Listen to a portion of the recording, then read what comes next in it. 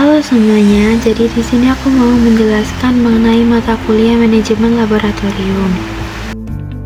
Sebelum itu, perkenalkan nama saya Aisyah Nanda Putri dengan nomor NRB 50012311120 dari Departemen Fisika Angkatan 2023.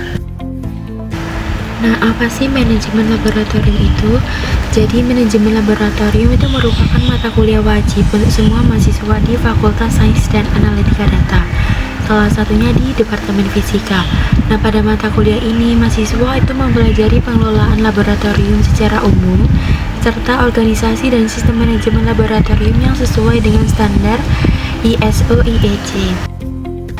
Nah, capaian pembelajaran mata kuliah manajemen laboratorium ini ada 8. Jadi berikut merupakan capaian pembelajaran di mata kuliah ini. Untuk materi yang pertama yaitu pengertian dasar laboratorium. Apa sih laboratorium itu? Laboratorium itu merupakan suatu bangunan yang di dalamnya dilengkapi dengan peralatan dan bahan-bahan berdasarkan metode keilmuan tertentu untuk melakukan percobaan ilmiah, penelitian, praktek pembelajaran, kegiatan pengujian, kalibrasi, ataupun sebagai produksi bahan tertentu. Nah, jenis laboratorium ini dibedakan menjadi dua, secara umum dan juga secara fungsi. Secara umum itu terdiri dari laboratorium pendidikan, laboratorium penelitian, laboratorium pengendalian proses, laboratorium pelayanan jasa. Sedangkan secara fungsi itu dibedakan menjadi 3, yaitu laboratorium fisika, laboratorium kimia, dan juga laboratorium mikrobiologi. Terdapat beberapa fungsi laboratorium, yaitu yang pertama sebagai tempat proses pembelajaran dengan metode praktikum, kemudian pembuktian kebenaran konsep. Yang ketiga adalah sebagai tempat berlangsungnya kegiatan pembelajaran sains secara praktek yang memerlukan peralatan khusus. Terus kemudian yang keempat adalah sebagai tempat untuk berlatih mengembangkan keterampilan intelektual melalui kegiatan pengamatan, pencatatan, dan pengkaji gejala-gejala alam. Terus kemudian selanjutnya memupuk rasa ingin tahu mahasiswa sebagai modal sikap ilmiah seorang calon ilmuwan. Terus sebagai prasarana pendidikan atau wadah proses pembelajaran, dan juga untuk merangsang berpikir mahasiswa melalui eksperimen dan menumbuhkan sikap ilmiah. Kemudian untuk materi yang kedua adalah keselamatan kerja di laboratorium.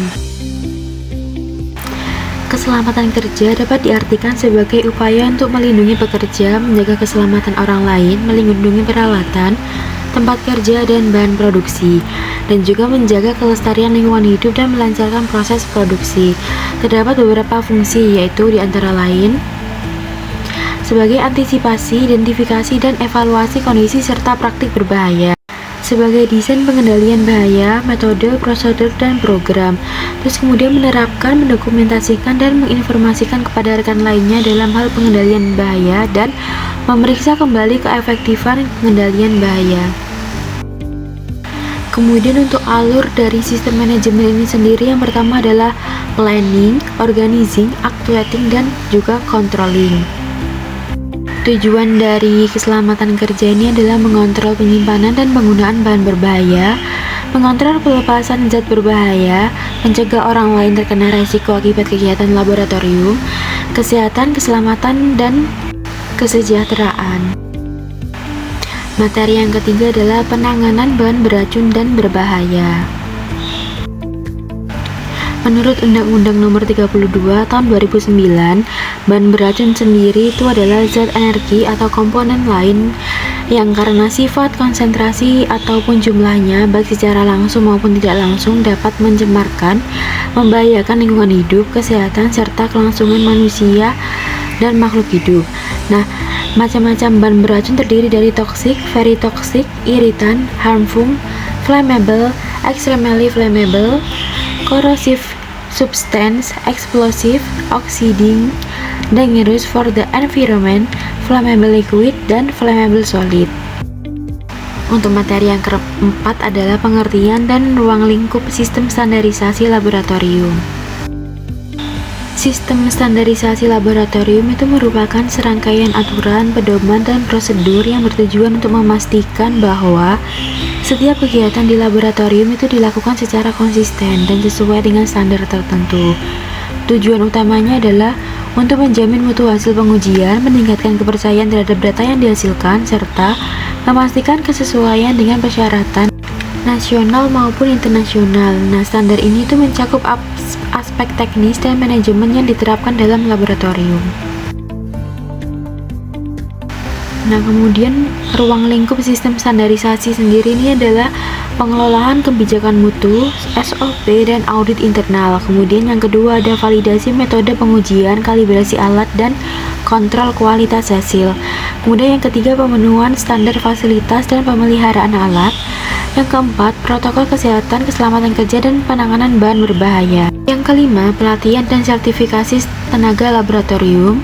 Kemudian penyimpanan data hasil pengujian dan pelaporan sesuai standar yang mengikuti standar nasional ataupun internasional seperti ISO 17025 dan GLP. Kelima adalah persyaratan teknis dan persyaratan mutu laboratorium pengujian dan kalibrasi. Nah, aturan-aturan atau pedoman yang harus dipenuhi oleh laboratorium itu untuk memastikan bahwa hasil pengujian atau kalibrasi yang dilakukan memiliki akurasi, validitas, dan dapat dipercaya. Persyaratan ini itu diatur oleh standar internasional ISO atau IEC. Kemudian untuk faktor yang mempengaruhi kebenaran dan kehandalan pengujian atau kalibrasi laboratorium itu seperti faktor manusia, kondisi akomodasi dan lingkungan, metode pengujian, kalibrasi dan validasi, peralatan, ketelusuran pengukuran, dan pengambilan contoh dan penanganan barang. Untuk persyaratan kualitasnya ini sendiri terdiri dari sistem manajemen mutu, pengendalian dokumen, audit internal, dan tinjauan manajemen. Kemudian untuk pengendalian dokumen sendiri itu terdiri dari manajemen versi, akses dan distribusi, dan juga pencegahan dokumen usang. Sistem dokumentasi dan ketelusuran pengukuran pada laboratorium pengujian. Untuk dokumentasi sendiri itu merupakan kumpulan prosedur, instruksi kerja, dan catatan yang memastikan semua proses laboratorium berjalan sesuai standar, mencegah konsistensi, akurasi, serta keandalan data. Nah, dokumentasi ini juga menjadi bukti bahwa prosedur dilakukan sesuai regulasi. Nah, untuk ketelusuran itu merupakan sifat dari suatu hasil pengukuran yang hasilnya dapat dihubungkan dengan suatu acuan melalui rantai kalibrasi tidak terputus yang didokumentasikan, yang masing-masing menyumbang ketidakpastian pengukuran. Kemudian tantangan dan solusinya sendiri adalah yang pertama, untuk tantangannya adalah human error, kalibrasi, pemeliharaan alat, dan yang ketiga adalah pengelolaan data yang tidak optimal, terus kemudian kurangnya pemahaman standar, dan juga keterbatasan teknologi. Kemudian untuk solusinya sendiri, yang pertama peningkatan pelatihan untuk staf, yang kedua penerapan sistem manajemen informasi laboratorium, yang ketiga kalibrasi berkala dan pemeliharaan alat, yang keempat audit internal dan pemantauan mutu, yang kelima investasi dalam teknologi. Yang ketujuh adalah ketidakpastian pengukuran. Ketidakpastian pengukuran itu merupakan suatu parameter yang menunjukkan batas kepercayaan atau tingkat keraguan terhadap hasil pengukuran. Nah, dalam pengukuran ini, meskipun alat ukurnya sudah canggih, hasil yang diperoleh tidak pernah benar-benar pasti karena adanya berbagai faktor yang mempengaruhi keakuratan hasil.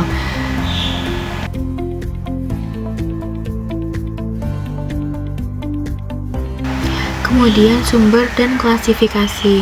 Untuk sumber ketidakpastian pengukuran sendiri itu ada alat ukur, operator, metode pengukuran, lingkungan, objek yang diukur, dan juga data tambahan. Kemudian untuk klasifikasi ketidakpastian pengukuran ini terdiri dari tipe A dan juga tipe B. Kemudian yang terakhir adalah sistem inventory laboratorium. Nah, sistem inventory laboratorium ini sendiri adalah sistem yang digunakan untuk mengelola dan memantau persediaan barang yang ada di laboratorium, seperti alat-alat laboratorium, bahan kimia, dan juga perlengkapan lainnya.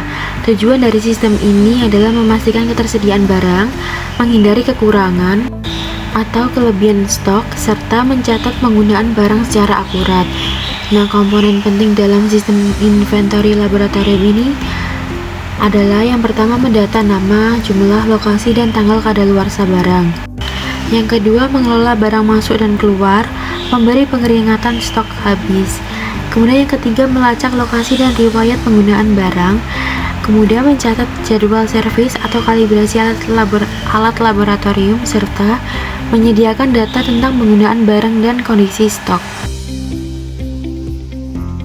Untuk manfaatnya sendiri terdiri dari mempermudah pencatatan dan pengelolaan stok, mengurangi kesalahan pencatatan manual, memastikan stok selalu terpantau, membantu merencanakan pembelian dan penggunaan barang, serta menghindari pembelian berlebih atau kekurangan stok.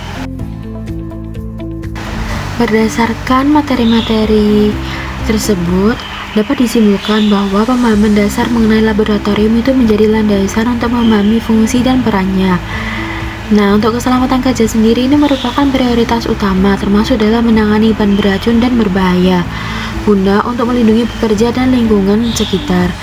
Selain itu, sistem standar laboratorium, baik dalam pengujian maupun kalibrasi, harus memenuhi persyaratan teknis dan mutu yang ketat. Sistem dokumentasi dan ketelusuran pengukuran juga menjadi faktor penting dalam menjaga akurasi dan integritas data yang dihasilkan. Terus kemudian ketidakpastian dalam pengukuran juga perlu dipahami dan dikelola untuk memastikan hasil yang valid dan dapat diandalkan.